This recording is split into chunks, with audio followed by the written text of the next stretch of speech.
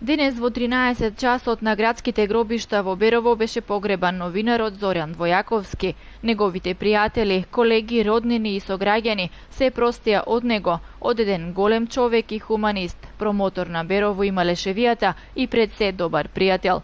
Неговите пријатели на социјалните мрежи напишаа: Берово денес жали за својот пријател и сограѓанин, за својата урбана легенда Зоран Војаковски.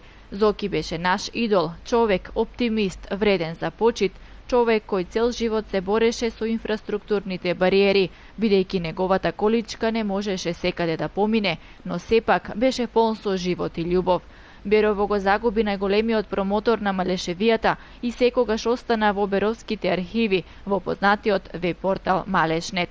Жал ни е што нашата љубов и подршка не можеше да ја победи болеста. Беше единствениот човек што на никој немаше направено лошо или кажано некој лош збор. Тоа беше Зоран Војаковски, кој ќе остане за секогаш во нашите срца, напишаа неговите пријатели.